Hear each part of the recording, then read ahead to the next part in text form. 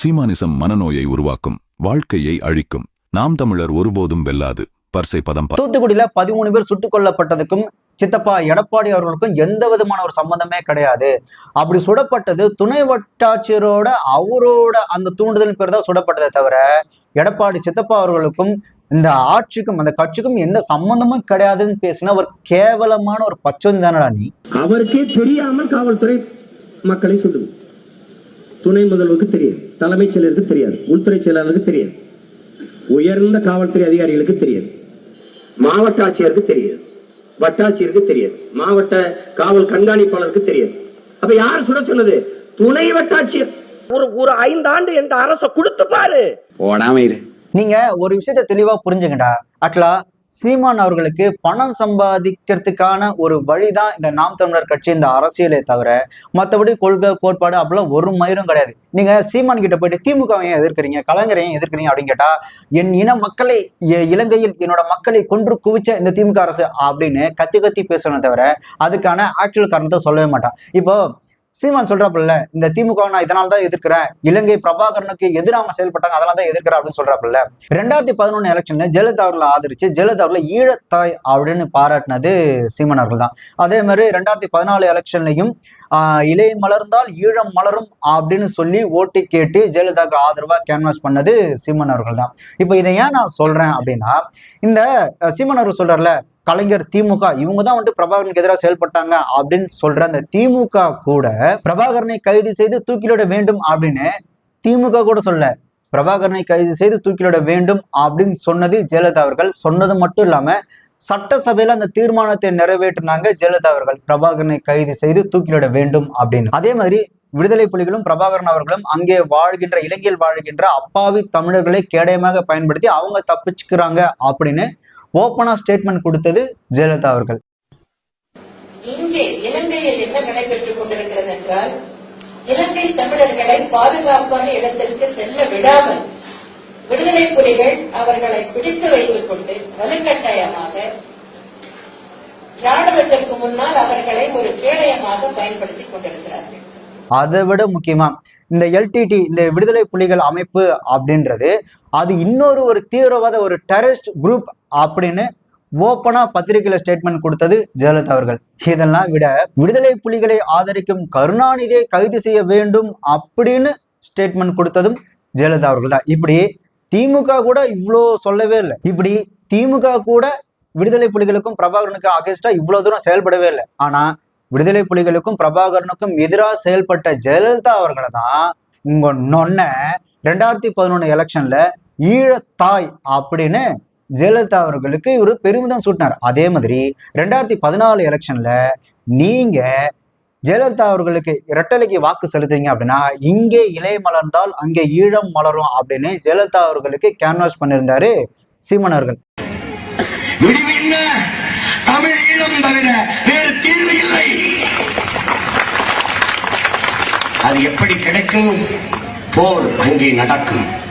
போராட்டமும் அரசியலும் இந்த மண்ணில் தான் நடக்க வேண்டும். அதற்கு வழி, இங்கே இலை மலர்ந்தால் அங்கே ஈழம் மலரும். இங்கே இலை மலர்ந்தால் அங்கே ஈழம் மலரும் என்று சொல்லுகிற ஒரே தலைவர் அம்மையார் ஜெயலலிதா அவர்கள் மட்டும்தான் என்பதை நீங்கள் கவனிக்கலாம். இடையிலே சின்னம் இருக்கிறது. இதை பயன்படுத்திய நண்பு மக்களே நல்லா புரிஞ்சுக்க, பிரபாகரனை கைது செய்து தூக்கிலிட வேண்டும் சொன்ன ஜெயலலிதாவுக்கு ஆதரவா தான் உங்க நொன்ன சீமான் அவர்கள் ஆதரவு திரட்டி எலெக்ஷன்ல கேன்வாஸ் பண்ணாங்க. இதுல இன்னொரு ஹைலைட் என்ன அப்படின்னு பாத்தீங்கன்னா, இங்க தமிழ்நாட்டுல பிஜேபிக்கு எதிராக பயங்கரமா ஆவேசமா கத்தி பேசிட்டு அந்த பக்கம் நார்த்ல போயிட்டு பிஜேபியில இருக்கிறவங்க கூட மோடிக்கு அப்பேற்பட்ட ஒரு ஜால்ரா ஜிங்சா அடிச்சிருக்க மாட்டாங்க. அப்படி ஒரு ஜிங்சா அடிச்சிருந்தாப்புல நொன்ன சீமான் அவர்கள். இங்க தமிழ்நாட்டுல பாத்தீங்கன்னா பிஜேபிக்கு எதிர்ப்பு, அங்க போயிட்டு பொட்டி வாங்கிட்டு பிஜேபிக்கு ஆதரவு. குஜராத் மாநிலத்தை ஆளுகிற நரேந்திர மோடி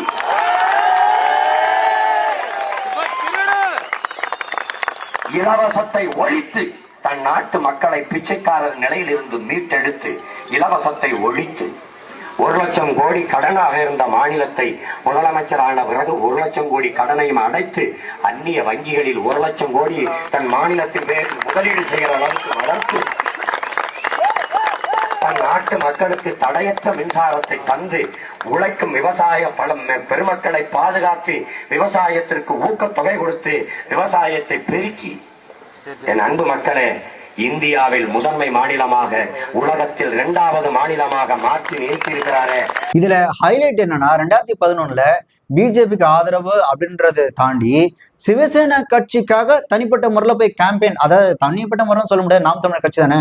ஸோ நாம் தமிழர் கட்சி சார்பா போய் பிஜேபி சிவசேனா கட்சிக்கு ஆதரவா கேன்வாஸ் பண்ணியிருந்தாரு சீமான் அவர்கள். இந்த 2007 2011 வரைக்கும் ஜெயலலிதா அவர்களுக்கு சீமான் அவர்கள் ஆதரவா செயல்பட்டு இந்த கேன்வாசிங் எலெக்ஷன் கேன்வாசிங் பண்ணதுக்கு இன்னொரு மிக முக்கியமான ஒரு காரணம் ஒன்று இருக்கு. அது என்னன்னா, அப்போதே அந்த சபாநாயகராக காளிமுத்து அவர்கள் இருந்தாங்களா ஏடிஎம்கேல, அவரோட பொண்ணு கயல்விழியை கல்யாணம் பண்றதுக்காக தான் இந்த 2007 2011 வரைக்கும் ஜெயலலிதா அவர்களுக்கு ஆதரவா கேன்வாஸ் பண்ணதுக்கான காரணமே. ஏன்னா சீமான் அவர்கள் நடிகை விஜயலட்சுமி கூட பழகிட்டு இருந்தார் இல்லையா, அப்படி பழகிட்டு இருக்கும்போது சபாநாயகர் காளிமுத்தோட பொண்ணு அவங்க கூட பேசி அவங்கள கல்யாணம் பண்ணிக்கலாம் அப்படின்ற ஒரு டிசிஷன் எடுக்கும்போது விஜயலட்சுமியை கழட்டி விடுறதுக்கு இவர் பயங்கரமா ட்ரை பண்ணார். அப்போ விஜயலட்சுமி அவர்கள் என்ன பண்ணாங்கன்னா, இவர் பேர்ல கமிஷன் ஆஃபீஸ்ல கம்ப்ளைண்ட் கொடுத்துட்டாங்க, ஆள் அப்ஸ்காண்ட். அப்போ அவர் அந்த கேஸ்ல காப்பாத்தினது ஏடிஎம்கே தான். ஏன்னா ஏடிஎம்கே சபாநாயகர் தான் காளிமுத்து அவர்கள் இல்லையா, அதனாலதான் அந்த ஒரு நன்றி விசுவாசத்துக்காக 2007 2011 வரைக்கும் அதுக்கப்புறமும் கூட ஏடிஎம்கேக்கு பயங்கர விசுவாசமா இருந்ததுக்கான மிக முக்கிய காரணம். அப்போ அந்த மாதிரி கேஸ் கொடுத்து அவர் அப்ஸ்காண்ட் ஆனதுக்கு அப்புறம் இந்த மாதிரி ஓகே ஒரு நல்ல ஒரு சப்போர்ட் கிடைச்சிருச்சுன்னு அப்புறம் தான் ஆளு வெளியே பேட்டிலாம் கொடுத்தாரு. அந்த பேட்டியில் கூட நீங்க பாத்தீங்க அப்படின்னா, உலகத்திலேயே நான் தான் மிகச்சிறந்த உத்தம அப்படின்ற மாதிரி அவர் பேசியிருப்பாப்ல. அதுல அவர் என்ன சொல்லியிருந்தாரு அப்படின்னா, எனக்கு இங்க படுக்கிறதுக்கும் படிக்கிறதுக்குமே நேரம் இல்லை அப்படின்னும் போது நான் இதுல எங்கிறது நான் காதலிக்க போறேன், இன்னொன்னு அடிக்கடி ஜெயிலுக்கு வேற போயிடுறேன், அவங்கள அதிகபட்சம் இந்த ஷூட்டிங் டைம்ல ஒரு 5-6 தடவை பார்த்திருப்பேன், அப்புறம் அவங்க குடும்ப பிரச்சனைன்னு சொல்லி வந்தாங்க, அதனால அப்படிதான் அவங்களுக்கு தெரியுமே தவிர மற்றபடி எனக்கும் அவங்களுக்கும் சம்மந்தமே இல்லைன்னு கற்பூரம் அடிச்சு சத்தியம் பண்ணாத குறையா அப்படி ஒரு இன்டர்வியூ ஒன்று கொடுத்தாரு. எங்க அம்மா எப்படியாவது நம்ம குடும்பத்துக்கு ஒரு வீடு கட்டணுங்கிறாங்க, எங்க அண்ணன் எப்படியாவது நம்ம இனத்துக்கு ஒரு நாடு கட்டணும்பாங்கிறாரு, ரெண்டுக்குமா நான் ஓடுறேன் அப்படின்னு. இப்ப இதுல என்னன்னா அந்த போராட்டம், அதுக்கு பிறகு அடிக்கடி நமக்கென்று தனிப்பட்ட முறையில் எனக்கென்று நேரம் ஒதுக்க முடியாத ஒரு சூழல் வரும்போது, அப்ப நம்ம ஒரு மனுஷியை கட்டிட்டு அந்த மனுஷிக்கு சராசரி ஒரு மனிதர் போல இருக்க முடியாது, அவங்களுக்கு என்ன எதிர்பார்ப்புன்னு தெரியாது. இந்த மாதிரி எந்த நேரமும் நம்ம அழித்தொழிக்கப்படலாம், இன்னொன்னு இல்ல சிறைப்படுத்தப்படலாம். இது மரணத்தையே முன்னிறுத்தி நிக்கிற களமா இருக்குது. அப்படி இருக்கும்போது நான் இவங்க சொல்ற மாதிரி காதலிச்சு சுற்றி அந்த பேருந்து நிலையத்திலையும் கல்லூரி வளாகத்திலையும் போய் நின்று காதலிச்சு சுற்றுற ஒரு மனநிலையிலும் இல்லை, அதுக்கு எனக்கு நேரமும் இல்லை. படிக்கிறதுக்கும் படுக்கிறதுக்குமே நேரம் இல்லாம சுத்திட்டு இருக்கிறேன். நான் எப்படி இந்த வேலையை செய்துட்டு இருக்க முடியும்?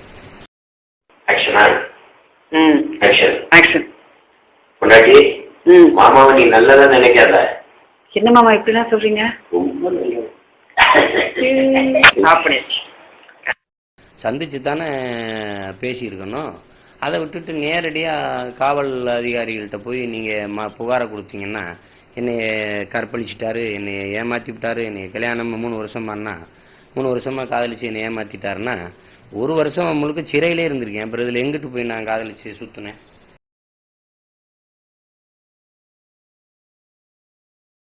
அதுல சிம்பத்தி கிரியேட் பண்றதுக்கு அந்தால் என்னென்ன வார்த்தையில பயன்படுத்தணும் அப்படின்னா, எனக்கு ஒரு ஈழத்துல இருக்கக்கூடிய பெண்ணை தான் கல்யாணம் பண்ணணும்னு எனக்கு ஆசை, ஏன்னா அப்பதான் இந்த பிரச்சனைகளை ஒரு சின்ன சின்ன முடிவுகள் கட்ட முடியும் நான் நினைக்கிறேன். அதே மாதிரி என்னோட நாம் தமிழர் இருக்கக்கூடிய தம்பிகளும் ஈழத்து பெண்கள் தான் கல்யாணம் பண்ணணும் அப்படின்னு அதுக்காக நான் முயற்சி பண்றேன்.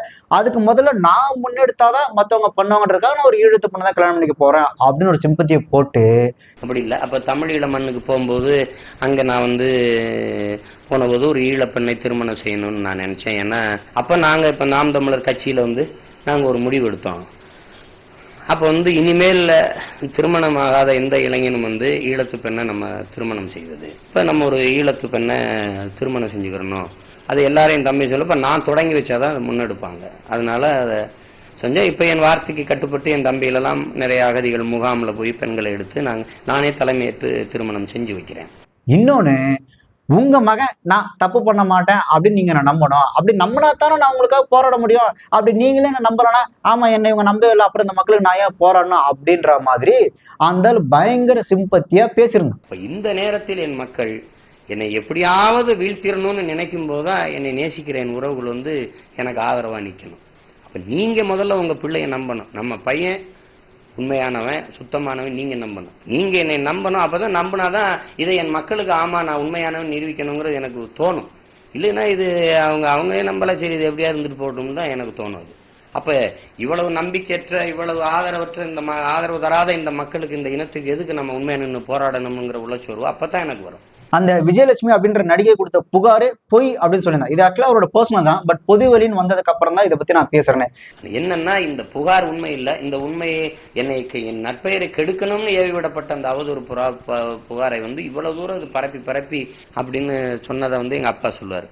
உன் மேல அவ்வளவு நம்பிக்கை வச்சிருக்காங்க, நீ கடைசி வரை காப்பாத்திருப்பான்ட்டு. அது உங்களுக்கு அதனாலதான் பெண்களோட பேசுறதுக்கே நடுக்க வரும். நான் பயப்படுவேன், தள்ளி போயிடுவேன். ஒண்ணு கெட்டவல்லடி உன் கவுண்ட் வரல அப்புறம் அப்படின்னா கேடு கெட்டவன். அந்த விஜயலட்சுமி கொடுத்த புகாரே பொய் அப்படின்னு சொல்லிட்டு இருந்தாப்ல. ஆனா அதே சீமான் இப்ப என்ன சொல்றாப்ல அப்படின்னா, அந்த வலசராக்கு ஸ்டேஷன்ல வச்சு கேட்கும்போது, விரும்பி படுத்த அவளை விட்டு என்னையா கேக்குறீங்க அப்படின்னு சொல்றாப்ல. நீ விரும்பி தானே நீங்க உற வச்சுக்கிட்டீங்க, அப்புறம் எங்க அதுக்கு என்ன பிரச்சனை? அதுல பிடிக்கல, பிரிஞ்சு போயிட்டீங்க. விரும்பி உற வச்சுக்கிட்டு போனவா அவ. இதே வாயி 2011 பேசும்போது என்ன சொல்லுச்சு, எனக்கு அவங்கள நான் காதலிக்கவும் இல்லை, அவங்கள யாருன்னே தெரியாது, ஏதோ ஷூட்டிங்ல ஒரு 5-6 நாள் தான் பழக்கம்னு சொன்ன அந்த வாயி இன்னைக்கு என்ன சொல்லுச்சு அப்படின்னா, ஆமா ஒரு வருஷம் ஒரு 6 மாசம் கிட்ட நாங்க தொடர்புல இருந்தா, விரும்பி அவ படுத்தா, இது என்ன இருக்கு அப்படின்ற மாதிரி சொன்னது மட்டும் இல்லாம, அவங்க ஒரு பாலியல் தொழில் பண்றவங்க அப்படின்னு அவங்களை எந்த அளவுக்கு கேவலமா பேச முடியும் அந்த அளவுக்கு கேவலம் சொன்னீங்க. அந்த பழைய இன்டர்வியூல கூட என்ன சொல்லியிருந்தான் அப்படின்னா, அவங்களுக்கு எப்பெல்லாம் பண தேவை வருதோ அப்பெல்லாம் இந்த மாதிரி மிரட்டுறாங்க அப்படின்னு சொல்லியிருந்தான். இப்போ இந்த இன்டர்வியூல என்ன சொல்லியிருந்தாங்கன்னா, அவங்க ஒரு பாலியல் தொழிலாளி அப்படின்னு சொல்லியிருந்தான். அப்போ இவங்களுக்கு ஒரு 1.5 ஆண்டுகளுக்கு மேலாக நான் அவங்களோட பேசுறது இல்லை, பார்க்கறது இல்லை, தொடர்பு இல்லாமல் போய் தொடர்ச்சியாக அது போராட்டங்கள் அதுன்னு போனவொன்னே அவர் தவிர்த்துட்டேன். அப்போ அவங்களுக்கு பண தேவைகள் வரும்போது அவங்க என்னை மிரட்டுறது. குற்றவாளின்னு நீங்க எப்படி சொல்றீங்க? நீங்க நீதிபதியா? ஒரு பாலியல் தொழிலாளி அவன், அதுக்கு ஆதாரங்களை நான் காட்டவா? இப்ப நான் கேக்குறேன், சரி அவங்க பாலியல் தொழிலாளின்னு குற்றச்சாட்டு வைக்கல, பாலியல் தொழிலாளிகிட்ட உனக்கு என்னடா மயிறு வேலை? ஒண்ணு கெட்டவல்லடி உன் கவுண்ட் வரல அப்புறம் அப்படின்னா கேடு கெட்டவன். அதுல அவன் இன்னொன்னு சொன்னான், நான் என்னமோ கல்லூரி போன பிள்ளைய கடத்திட்டு போய் கெடுத்த மாதிரி ஆனா ஆச்சா போச்சான்னு கத்துறீங்க, அதே மாதிரி என்னமோ வயசுக்கு குச்சியில உட்காந்து பொண்ணு அப்படியே கூட்டு போயிட்டு சோளக்காட்டுல வச்சு கெடுத்த மாதிரி பேசுறீங்க அப்படின்றான். இவன் பேசுறது எப்படி இருக்குன்னா, மைனர் வாழ்க்கையில இதெல்லாம் சகஜம் அப்படின்ற மாதிரி பேசிட்டு இருக்கான். இதுல ஹைலைட் என்னன்னா, இவன் சொன்னால நான் கல்லூரி பொண்ணை தூக்கிட்டு போய் கற்பழிச்சேன், இவன் ஆஃப்டர் ஒரு நடிகை தானே அப்படின்ற தோணில பேசும்போது, பின்னாடி நிக்கிறது பக்கத்துல உட்காந்துருந்த பெண்கள் தான். இவன் இந்த மாதிரி ஒரு பொண்ணுக்கு பண்ணிட்டோன்ற ஒரு குற்ற உணர்ச்சி கொஞ்சம் கூட இல்லாம அவ்வளவு அசால்ட்டா பேசுறான். அதை வேற பக்கத்துல உட்காந்து கேட்டுட்டு இருக்குதுங்க. இதுங்களாம் என்ன ஜென்மன்னே தெரியல. என்னமோ அப்படியே கல்லூரியில படிச்சிருக்க பிள்ளைய நான் விருப்பமே இல்லாம கடத்திட்டு போய் கற்பழிச்சு விட்ட மாதிரி, என்னங்கடா என்னமோ வயசுக்கு வந்தோன்னா குச்சில இருந்த பிள்ளை தூக்கிட்டு போய் அப்படி சோளக்காட்டுல வச்சு குண்டு கட்டா கற்பழிச்சு விட்ட மாதிரி கதறிட்டு இருக்கு எல்லாரும். இதுல வழக்கம் போல அவன் ரைமிங்கா ஒண்ணு சொன்னான், தன்மானத்துக்காக போராடுற மகன் மானத்துக்காக உயிர் விட்ட கூட்டத்துல இருந்து வந்தவன் அப்படின்றான். அந்த ஆளு தன்மானத்துக்காக போராடினதும் மானத்துக்காக எப்படி உயிர் விட்டாருன்றத விஜயலட்சுமி அவர்கள் வீடியோவை கொடுத்துட்டாங்களே. மானம் கட்ட நீங்களே பேசுன, தன்மானத்துக்காக போராடுற மகன் எப்படி பேசணும்? மானத்துக்காக உயிரை விட்டா இனத்தின் கூட்டத்துல வந்தவன் நான் எப்படி பேசணும்?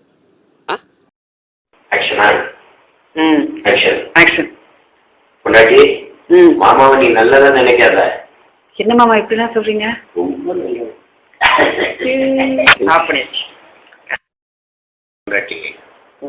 ஒண்ணு கெட்டவல்லடி உன் கவுண்ட் வரல அப்புறம் அப்படின்னா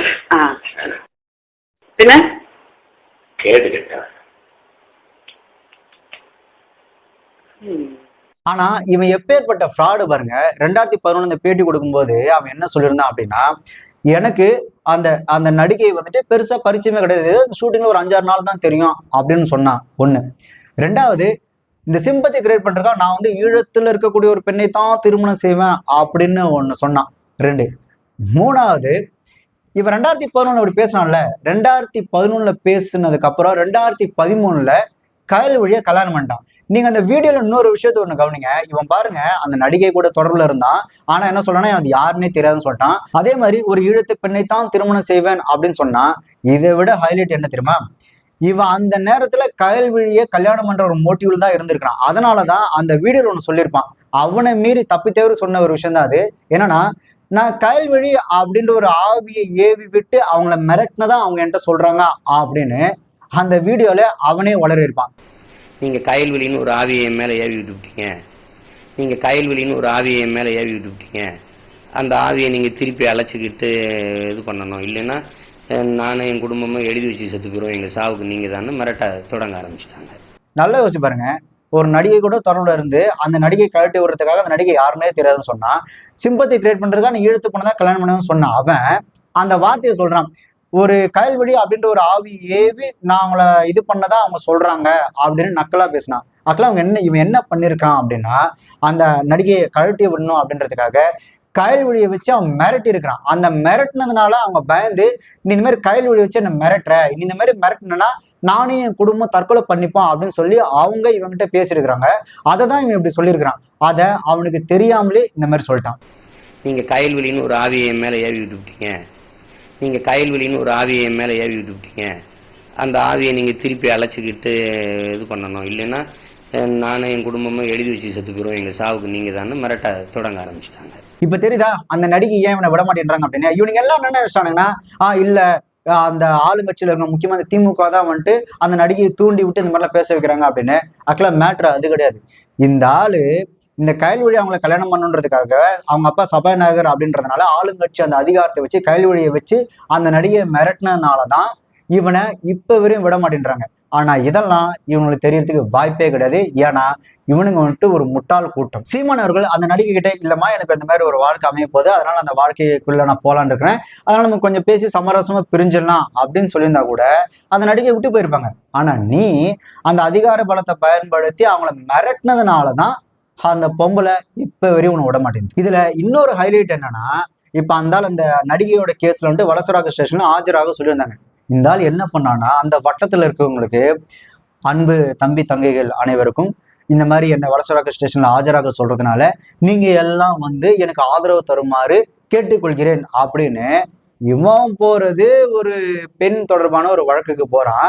இதுக்கு வாய்ஸ் நோட் போட்டு என்னன்னா கெத்து காட்டுறாராமா, கூட்டம் சேர்த்து கெத்து காட்டுறதுக்காக இவன் வாய்ஸ் நோட் போட்டான். சரி ஓகே, அந்த ஆள் அப்படிதான் கேவலமான வாய்ஸ் நோட் போடுறான். அது ஒரு பக்கம் இருந்தாலும் அந்த வட்டத்துல இருக்கணும்னு வெக்கமே இல்லாம இவன் என்னமோ வந்துட்டு சுதந்திர போராட்டத்துக்கோ இல்ல இந்த நீட் எதிர்ப்புக்காகவோ இல்ல வேற ஏதோ பிரச்சனைக்காக இவன் என்னமோ ஸ்டேஷன் போற மாதிரியும் இவனுங்க கூட சேர்ந்து ஆதரவு வேற கொடுத்தானுங்க. நான் அப்ப என் ஃப்ரெண்ட்ஸ் கிட்ட எல்லாம் கேட்டேன், ஏன்டா அவங்களாம் வெக்கமே இல்லையாடா, அவன் போறது ஒரு பாலியல் வழக்குக்காக ஸ்டேஷன்ல ஆஜராகிறதுக்கு, அதுக்கு நீங்களாம் போயிட்டு முட்டு கொடுக்குறீங்களே, நீங்களாம் எவ்வளவு கேவலமானவனடா. எனக்கு இதெல்லாம் பார்க்கும்போது எப்படி தோணுது அப்படின்னா, ஒருவேளை அந்த கட்சியில முக்கிய சீமானே இருக்கட்டுமே, நாளைக்கு இவனுங்க வீட்டுல இருக்கக்கூடிய பெண்களுக்கு இந்த மாதிரி நடந்தா கூட, சீமான் பண்ணா கூட இவனுங்க அதை எப்படி எடுத்துப்பாங்கன்னா, இல்ல எங்க அண்ணன் பண்ணா அது நல்லதுக்காக தான் இருக்கும், அதனால இதை நாங்க சீரியஸாவே எடுத்துக்க மாட்டோம் அப்படின்னு தான் இருப்பானுங்க போல. ஏன்டா பாலியல் வழக்குல ஒரு ஸ்டேஷன்ல ஆஜராகிறதுக்கு இந்த மாதிரி கூட்டமா போறீங்களே நீங்களாம். அதே மாதிரி சீமான் கிட்ட பாத்தீங்கன்னா ஒரு மிகப்பெரிய ஒரு டேலண்ட் இருக்கு. அது என்னன்னா, பச்சோந்தியை விட டக்குன்னு மாறுவாப்ல. பச்சோந்தி கூட கொஞ்சம் டைம் எடுத்து தான் மாறும். ஆனா சீமான் அப்படி இல்லை, டப்புன்னு மாட்டு போயிட்டே இருப்பாப்ல. ஆக்சுவலா சீமானுக்கு ஒருத்தரால எந்த காரியமும் ஆக வேண்டியதே இல்லை, அவர் தேவையே இல்லை அப்படின்னு முடிவு பண்ணிட்டாருன்னா, மேடைக்கு மேடை ஏறி கேவலமா பேசி கேவலமா திட்டி அவருக்கு எதிராக இருக்க ஆளுங்கிட்ட வாங்கி குடிக்கவும் செய்வாப்ல. அதே மாதிரி அவங்களாம் நமக்கு ஏதாவது காரியம் ஆகணும் அப்படின்னா, யார் அசிங்கமா கேவலமா பேசினாப்லையோ அவங்களுக்கு ஆதரவாகவே பேசி அவங்க கிட்டேயுமே வாங்கி கொடுப்பாப்ல. ஸோ அந்த அளவுக்கு பச்சோந்தியை விட ஃபாஸ்டா மாறக்கூடிய ஒரு தனித்திறமை அவர்கிட்ட இருக்கு. திமுக யாரு? அண்ணா தோற்றுவித்தது. அதை ஒழிக்கணும்னு நினைக்கிறோம். திராவிட கட்சி ஊழல்ல ஊறி தெளிச்ச ஒரு கேடுகட்ட ஆட்சி கட்சி, அதை ஒழிக்கணும்னு நினைக்கிறோம். இதை எதிர்த்தாயா ரொம்ப நாளா சண்டை போட்டுக்கிட்டு இருக்கோம். அப்புறம் இந்த பக்கம் அண்ணா, இந்த பக்கம் எம்ஜிஆர், நடுவால நீன்னா முதல்ல இவனை போடுறான்னு தானே வரும். ஏப்பா நீ அந்த பக்கம் ஒரு கட்சி வச்சிருக்கிறாரு, அவரை ஒழிக்கணும்ன்ற திமுகவை தொடங்கினவரை தூக்கிட்டு வரப்பல. பேரறிஞர் அண்ணா அவர்களை நாங்க ஏன் தொடாம இருக்கோம்னா, அவர் போராடி 47 கட்சி ஆரம்பிச்சு 67 இப்ப ஆட்சி 49 ஆரம்பிச்சு 67 1.5 ஆண்டுகள் தான் இருக்கிறார். ஒருவேளை அவர் 5 ஆண்டுகள் ஆட்சியை முழுமையா பண்ணியிருந்தா நல்ல ஆட்சி கொடுத்து நிறைவு செஞ்சு தொடங்கி இருக்கலாம். ஒரு கெடுவாய்ப்பா அவர் 1.5 ஆண்டுகளை இறந்துறாரு. அவருடைய ஆட்சியில குறை சொல்ல முடியாது. பேரறிஞர் அண்ணா மேல நமக்கு பெருமதிப்பு உண்டு. ஏன்னா அவரை குறை சொல்ல முடியாது. அவர் கஷ்டப்பட்டு வந்து 49 ஆரம்பிச்சு 67 ஆட்சியை கைப்பற்றி அவர் ஆட்சியில குறை சொல்ற அளவுக்கு ஒன்றும் இல்லை. ஆனால் அவர் அரசியலுக்கு வந்த பிறகுதான் தமிழருடைய வரலாறு இலக்கியம் எல்லாம் அரசியல் மேடையில பேசப்பட்டது. அந்த பெருமை, அந்த நன்மை, அவர் மேல அந்த நன்மதிப்பு தமிழ் மக்களுக்கு என்றைக்கும் மாறாது. அது அண்ணாவை வச்சுட்டா அண்ணா யாருன்னு ஒரு 1/2 மணி நேரம் பேசணும்ல. என்ன நாங்க எப்பேற்பட்ட ஆளுநருடைய பிள்ளைங்க. இந்த பிச்சைக்கார பிள்ளை அண்ணா, இந்த பிச்சைக்கார பிள்ளை அண்ணா துறை, இந்த பிச்சைக்கார பிள்ளை அண்ணா துறை, கருணாநிதி, எம்ஜிஆர், ஜெயலலிதா பார்த்து வந்தவங்க அப்படி வந்தாங்க. கோவை வேளாண் கல்லூரி மாணவர்கள் மாணவிகள் தருமபுரி மாவட்டத்திற்கு பக்கத்தில் ஒரு இடத்தில் மறித்து இந்த பேருந்தை தீ வச்சு கொளுத்துகிறார்கள். அனைத்து இந்திய அண்ணா திராவிட முன்னேற்ற கழகத்தைச் சேர்ந்த அவருடைய தொண்டர்கள், தலைவர்கள். அந்த மாணவிகள் கதறுகிறார்கள், எங்களை எல்லோரும் இறக்கி விட்டுட்டு பிறகு வேணால் பேருந்தை நீங்கள் எரித்துக் கொள்ளுங்க என்று. அதற்கு கூட செவிசாய்க்காமல் அவசரமாக அந்த வாகனத்தின் மீது எரிபொருளை வீசி 3 மாணவிகளை உயிரோடு எரித்து, கல்லூரி மாணவிகளை எரித்து விட்டதாக 3 பேருக்கு தூக்கு தண்டனைங்க. மிக நல்லவங்க. வெறும் பேருந்து தான் நின்றுக்கு, வெறும் பேருந்து தான் அப்படின்னு நினைச்சு பத்த வச்சு விட்டாங்க. அதான் உண்மையிலே நடந்தது. அந்த எரியும் போது, பத்த வைக்கும் போது, யார் மலையாளி? சேர தமிழனின் மகன், செல்ல மகன். என் பாட்டன் சேர சோழ பாண்டியனில் மூத்த மன்னனின் பிள்ளைகள் தான் இன்று மலையாளிகளாக இருக்கிறார்கள் என்பதை என் அருமை தமிழ் மக்கள் புரிந்து கொள்ள வேண்டும். எம்ஜிஆர் கேரள மண்ணிலே மலையாளியாக பிறந்துட்டார் என்பதற்காக அவரை மலையாளியாக பார்க்க முடியாது. நீ எம்ஜிஆர் சாதி கேட்டிருந்தா ஒரு வார்டு கவுன்சிலர் ஆயிருப்பார் அவரு? சொல்லு. விஜயகாந்தை முதலமைச்சராக ஒரு கூட்டணி ஓட்டு கிடைச்சிடறான். லூசு பயலுக. அந்த கூட்டணிக்குள்ள இருக்கிற நல்ல கண்ணுக்கு கால் கட்ட மயிர் அளவுக்கு பெறுவானடா விஜயகாந்த். ஒரு விஜயகாந்தை எடுத்துக்கிட்டா அவர் பாராட்டுக்குரியவர். ஏன்னா ஒரு மிகப்பெரிய தலைவர்களாக அதிகாரத்தில் ஐயா கருணாநிதி அவர்களும் அம்மையார் ஜெயலலிதா அவர்களும் இருக்கும்போது கூட நான் ஒரு மாற்றா வருவேன்னு சொல்றதுக்கு ஒரு ஆண்மைக்கு ஒரு ஆளுமை வேணும். அவர் கிங்கா கிங் மேக்கரா அப்படின்னு கேட்கிறாரு. நான் கிங்கா கிங் மேக்கரான்னு. அவர் கிங்கும் இல்ல கிங் மேக்கரும் இல்ல, அவர் ஒரு ஜோக்கர். அவருக்கு எது எழுதினாலும் பொருந்தும். அந்த வானத்தை போல மனம் படைச்ச மன்னவனே, பனி துளிய போல குணம் படைத்த தென்னவனே, அந்த வரிக்கு ஏற்ப உள்ளவர் இவரு. அவருக்கு என்ன பாத்தீங்கன்னா ஆளு ஜண்டிகா கம்பீரமா இருப்பாரு, வெளிய உருவம் பெருசா இருக்கும், உள்ள ரொம்ப குழந்தைத்தனமானவர். அவர் பழைய பாத்தீங்கன்னா தெரியும்.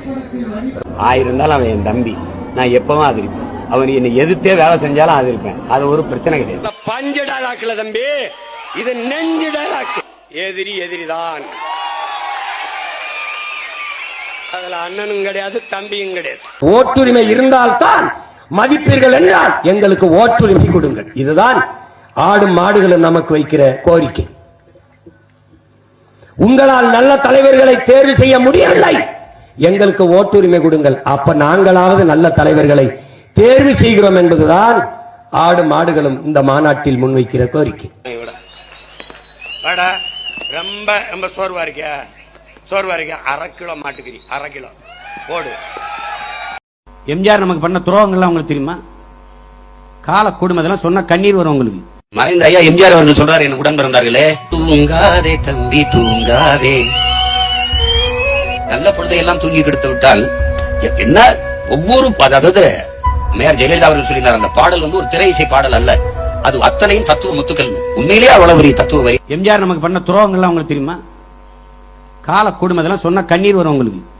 பள்ளி கல்லூரிகளில் பயிற்று மொழியாக நம் தாய்மொழி இருக்குது, ஆங்கிலம் ஒரு பாடமொழியாக இருக்குது. இதை ஆங்கிலத்தை பயிற்று மொழியாக்கி தமிழை பாடமொழியாக்கிய பெருந்தகையே ஐயா எம்ஜிஆர் தான். எம்ஜிஆர் கூட 3/2 மடங்கு தமிழில் எழுத வேண்டும், பிறகு பொதுமொழி ஆங்கிலத்தில் ஒரு மடங்கு எழுதி வைத்துக் கொள்ளலாம் சட்டம் கொண்டாந்தார். அவர் செயலாற்ற முடியல. கருணாநிதியும் செய்யல, ஜெயலலிதாவும் செய்யல. எம்ஜிஆர் நமக்கு பண்ண துரோகங்கள்லாம் உங்களுக்கு தெரியுமா? இல்லை. உழைக்கிற நோக்கம் உறுதியாயிட்டா பதுக்குற நோக்கம் இருக்கா? உலகத்துல தான் பாடுவேன். அவனுக்கு நோக்கம் இருந்தது, தன் மக்களுக்கு நல்லது சொல்லணும் நோக்கம் இருந்தது. எம்ஜிஆர் நமக்கு பண்ண துரோகங்கள்லாம் உங்களுக்கு தெரியுமா? எம்ஜிஆர் தன்னுடைய சொத்துக்களை கடைசியா காது காலாதவர், வாய் பேச முடியாத பிள்ளைகளுக்கு ஒரு அறக்கட்டளை எழுதி வச்சு கொடுத்துட்டு போனார். அப்படி பெரியார் அவர் சொத்தை கொடுத்துட்டு போனாரா? கிறிஸ்தவம் இஸ்லாமும் தமிழன் சமயமே இல்லையே. ஒன்னு ஐரோப்பிய மதம், இன்னொன்னு அரேபிய மதம். சமயம் என்னுடைய சமயம் சைவம், என்னுடைய சமயம் மாலியம், என்னுடைய சமயம் சிவசமயம். அத தெரியாம நீங்க மீளணும் அப்படின்னு மரச்சக்கு இன்னைக்கு வரையில அது மாதிரி இருக்கு. வா திருப்பி வா, சர்க்கரை சீனியை விட்டுட்டு கருப்பட்டி வரையில அது மாதிரி வந்துரு. அப்படின்னா இங்க இருக்கிற கிறிஸ்தவனும் இங்க இஸ்லாமியனும் தமிழன் பெரும்பான்மை தேசியனத்தின் மகன். வந்தவன் போனவன் சிறுபான்மை வச்சுக்க செருப்பு கழட்டி அச்செஞ்சிருவேன். நான் சொல்றேன், வெறி கொண்டுருவேன் நான். தோழர், இப்ப உள்ள வந்தனே முதல் புகைப்படம் பெரியாரோட புகைப்படம் வச்சிருக்கீங்க, தந்தை பெரியார். இப்ப தந்தை பெரியாரோட பத்தி சொல்லணும்னா எல்லாத்துக்கும் தெரிஞ்ச விஷயம். ஆனா சமீப காலமா உங்க மேல பெரியார முதல்ல ஆதரிச்சுக்கிட்டு இருந்த சீமான் இப்ப எதிர்த்து பேசுறாரு அப்படிங்கிற ஒரு குற்றச்சாட்டு உங்க மேல இருக்கு. அதாவது பெரியார நம்ம விமர்சிச்சு பேசுனத எங்கேயாவது ஒரு சான்று, ஒரு காணொலி ஆவணம் அல்லது ஒரு பேச்சுல ஒரு பேட்டியில எங்கேயாவது சொன்னதை காட்டினா நம்ம அதை பேசலாம். கொள்கை என்ன? பெரியாரை எதிர்க்கிறது. பெரியாரை எதிர்க்கிறது உன்னோட திராவிட சித்தாந்தத்தின் வேறது. பெரியாரு வெட்டி சாய்க்கிறது. வேற ஏதாவது விளக்க வேணுமா? என்னுடைய ஐயான, என்னுடைய தாத்தன், நான் அவனுக்கு பேரன். இதுக்கு இளங்கவனும் பேரன்னு போடுவான். நான் கொள்கை பேரன், நான் கொள்கை பேரன், நான் தான் நிஜம். எங்க ஐயா இருந்தா யாரு உன் பேரன்னு என்னைத்தான் சொல்றாரு, அவரை சொல்ல மாட்டார். யாருங்க சொன்னது? நான் நாட்டுல இருந்தவங்க. சுபாஷ் சந்திர போஸ் படம் இருந்ததுங்க, எம்ஜிஆர் படம் இருந்தது. எங்க பெரியார் படம் இருந்தது வீட்டுல? எங்க அண்ணன் என்னைக்கு இங்க பெரியாரை பத்தி பேசியிருக்காப்ல? பெரியார் ஒரு கருத்தியல் புரட்சியாளன், பெரியார் ஒரு கருத்து பெட்டகம் என்றால் களத்திலே இதை நிகழ்த்திய தலைவன் பிரபாகரன். இதைத்தான் என் அண்ணன், என் தலைவன் என்னிடத்திலே சொன்னார். பெரியாரின் சிந்தனைகளை படித்து வளர்ந்த பிள்ளைகள், பேரறிஞர் அண்ணா என்ற பெருமகனின் பேச்சை கேட்டு எழுத்தை படித்து வளர்ந்த பிள்ளைகள், தூர தேசத்திலே வாழ்ந்த நாங்கள் போராளிகளாக மாறி நிற்கிறோம். பெரியார் என்ற பெருமகனின் நிழலிலே வளர்ந்தவர்கள், அவர் அடிச்சுவடிலே பாதை எடுத்து பயணித்தவர்கள், பேரறிஞர் அண்ணா என்ற பெருமகனின் தம்பிகள், தலைவர்கள். நீங்கள் வாழ்கிற நிலத்திலே வெறும் வாக்காளிகளாக ஆகியிருக்கிறீர்கள் என்று என்னிடத்திலே சொன்னார். மயில் கேகல, மயில் குளிர்ல தான் தோகை விரித்து ஆடும். ஆனால் அந்த மயில் குளிரில் நடுங்குகிறதோ என்று எண்ணி அஞ்சி போர்வையை போற்றி நான் பேகன். அதனால் அவன் ஆகச் சிறந்த கொடை வல்லன். மயில் நம்ம பாட்டு எனக்கு போர்வை கொடு குளிர்ந்து பேகன்னு கேட்கல. அந்த செயல் உண்மையிலே பைத்தியக்கார செயல், உண்மையிலே பைத்தியக்காரத்தனம். ஏன்னா மயில் சிலு சிலு சிலு சிலு அந்த குளிர் காத்து அடிக்கும் போது தான் தோகையை விரிச்சு ஆடும். இவன் நம்ம பாட்டை போரை பத்து கொண்டு விட்டான். படிக்காத என் தாத்த காமராஜ் படிக்க இன்னைக்கு உங்க பெரியார் கிட்ட ஒரு இன்ஸ்டியூஷன் சொல்றான், ஒரு எலிமெண்டரி ஸ்கூல் சொல்றான். உங்க பெரியார் கொடுத்த நன்கொடை ஒன்னு சொல்றான், 100 ரூபாய் சொல்றான். ஏய் சொல்றா, மேல வீசப்பட்ட செருப்பை எடுத்து சேமிச்சு தான் பேச வர மேடைக்கு முன்பு போட்டு வித்து சேமித்த காசுல பள்ளிக்கூடம் படிக்க சொல்றாங்க. ஐயா மண்ணுக்குள் விழ வேண்டிய வயதில் இந்த மண்ணுக்காக விழுந்த தலைவன் தான் தந்தை பெரியார். பெரியார் பேருக்கு காசு வாங்க ஒரு பேசிட்டு போது மேடையில சேர்ப்பு வச்சிருக்கான், மேடையில சேர்ப்பு வச்சிருக்கான். அந்த சேர்ப்பு இன்னொரு சேர்ப்பு வச்சு ஒரு சேர்ப்பு வச்சு என்ன அதே இருப்பாங்க. அந்த சேர்ப்பு எடுத்துக்கிறாரு. அடுத்த நாள் கூடத்துக்கு போகும்போது வாசல் அந்த மேலைக்கு கீழே அந்த பெரிய மனுஷன் உட்காந்துட்டு மேல வீசி சேர்ப்பு எல்லாம் வரிசையா வச்சு சோரி அதையப்பா வித்து அந்த காசை சேர்த்து இவ்வளவு சேர்த்தாரு. இந்த பள்ளி கல்லூரி நான் எடுத்து வைக்கிற கருத்தியில தான் நீங்க பார்க்கணும். எங்களுக்கு ஒரு கோட்பாடு இருக்கு, தாயை பழித்தவனை யார் தடுத்தாலும் விடாதே, தமிழை படித்தவனை தாயே தடுத்தாலும் விடாதேன்னு எங்க தாத்தா புரட்சி பாவலர் பாவேந்தன் பாடுறார். அதுல பெரியார் என்ன, எங்களுக்கு வரியார் என்ன, சிறியார் என்ன? என் மொழியை சனியன் விட்டு ஒளின்னு சொல்ல நீங்க யாரு? நீங்க யாரு? தமிழ்ல என்ன இருக்குதுன்னு கேட்க நீங்க யாரு? என் மொழியை காட்டுமிராண்டி பாஷைன்னு சொல்ல நீங்க யாரு? ஆங்கிலத்தை படிக்க, தமிழோட ஆங்கிலம் கலந்து பேசுங்க, தமிழை ஆங்கிலத்திலே எழுதுங்கன்னு சொல்ற நீங்க ஏன் தமிழ்ல எழுதுனீங்க? உங்களுக்கு எழுத வரலைன்னா யாராவது வச்சு தமிழ் ஆங்கிலத்தில் எழுதி வச்சு போயிருக்கலாமே. என் மொழியை சனியன் என் மொழியிலே பேச நீங்க எப்படி பேசலாம்? எப்படி பேசலாம்? அதை விட்டு ஒளி, என் மொழியை காட்டுமிராண்டி பாஷைன்னு சொல்ல நீங்க யாரு? அதை விடவா எங்க ஐயா காட்டுமிராண்டி மொழி ஏன் காட்டுமிராண்டி மொழி எங்க ஐயா சொல்றாரு? ஏன் சொல்றாரு? இந்த புராண புலிகளை இருந்து இந்த மொழி பிரிக்க முடியலையேங்கிற வேதனை அதே தலைவன் தான் சொல்றான். ஒருவர் முழுமையான தமிழ் பற்றாளராக, தமிழை விரும்புவராக இருப்பார்கள், ஆனால் நான் காலங்காலமாக அவருக்கு அடிமையாக இருப்பேன் சொல்றேன். அதே தலைவர் தான் சொல்றாரு. இதை நீங்க சொல்லு, காட்டுமிராண்டி மொழி ஏன் சொன்னா? உங்க ராமாயணம், உங்க மகாபாரதம், உங்க பாஞ்சாலி சபதங்கள், ஏழாவது கர்மாந்தரம் தேவாரம் திருவாசகம் அந்த இந்த புராண புழுக்களை சுமந்த மொழியாக கொண்ட மொழியாக இந்த தமிழ் இருந்து போயிடுதே நினைச்ச ஆதங்கத்துல சொன்னார் காட்டுமிராண்டி மொழி. இருக்கு மொழி மேல பற்றில்லாமையாடா, இந்த நாட்டு மேலையும் இந்த மக்கள் மேலையும் பற்றில்லாமையா தனி தமிழ்நாடு கேட்ட முதல் தலைவன் இந்த நாட்டுல தந்தை பெரியார். உங்களுக்கு தெரிஞ்சுக்கிறீங்க, பிறந்த அவர்கள் பூர்வீக குடி, அவர்கள் பாட்டு தாத்தா பிறந்த மண் கர்நாடக எல்லை பகுதியில் இருக்கு இன்னைக்கு. ஆனால் தனித்தமிழ்நாடு கேட்டு தந்தை பெரியார் அவர்கள் இந்திய தேசிய வலைவரத்தை இருக்கிற போது, தமிழ்நாட்டை இப்படி பிடித்துக் கொண்டு இந்திய தேசிய வலைவரத்தை இருக்கிற போது, அவர் பிறந்த அவர் தாயக மண்ணான கர்நாடக மண்ணும் சேர்ந்துதான் இருந்தது என்பதை நீங்கள் கவனித்து வச்சுக்கிறீங்க. தந்தை பெரியாரு தமிழகத்தின் துறவி, நீ யாரு? தந்தை பெரியாரு தமிழகத்தின் துறவி, நீ யாரு? இன்னொன்னு, யார் அரசியல் கட்சி ஆரம்பிச்சாலும் நீ ஏன் வர, நீ எதுக்கு வர அப்படின்னு கேட்கறதோட மட்டும் இல்லாம, நீ ஏன் இப்படிலாம் பேசுற, உனக்கு யாரு இப்படிலாம் எழுதித்தரா, நீ அண்ணன் கிட்ட வா, அண்ணன் எழுதித்தர, நான் உனக்கு நல்லா எழுதித்தரேன் அப்படின்னு சொல்லி அடுத்து முடிச்சு நோண்டிட்டு இருக்கிறிய. நீ அவ்வளவு பெரிய ஒரு அரசியல் ஞானி விஸ்வகுரு அப்படின்னா, உனக்கு அவ்வளவு அரசியல் அறிவு இருக்குன்னா 15 வருஷமா நீ அரசியல் வச்சு நடத்துற, ஒரு எம்எல்ஏ சீட்டு கூட இல்லை, ஏன் வார்டு மெம்பர் சீட் கூட வந்துட்டு சுத்தமா இல்லை அப்படின்னும் போது நீ இன்னொருத்தருக்கு அட்வைஸ் பண்ற பாத்தியா, அதுதான் இது. 15 வருஷமா நீ பண்றது அரசியல், நீ உன் வயிற்று பொழப்புக்காக, நீ சொகுசா வாழ்றதுக்காக ஏதோ ஒரு கம்பெனி நடத்துற, அவ்வளவுதான்.